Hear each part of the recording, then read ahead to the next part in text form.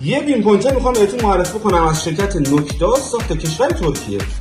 ببینید این پین پوینت یه باتری 9 ولت میخوره این قسمت.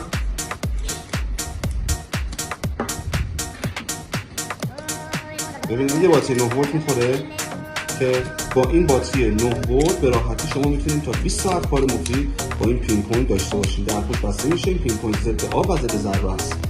با این دکمه پین پوینت روشن میشه. این چراغ هم اینجا داریم و شما میتونید با این پین پوینت فلزای گم شده لابلای خاک رو به راحتی پیدا بکنید. روی هر فلزی هم دستگاه حساس، هم حالت ویبره داره و هم حالت صدا داره که خیلی با کیفیت و با حساسیت بالا کار میکنه. این پین پوینت فوق العاده شرکت نوکتا 3 حالت هم داره: حالت صدا، حالت ویبره و حالت صدا و ویبره با هم دیگه. حساسیتش رو ببینید.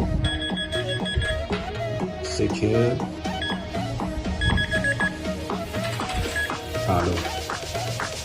فوق العاده شرکت نوکتا.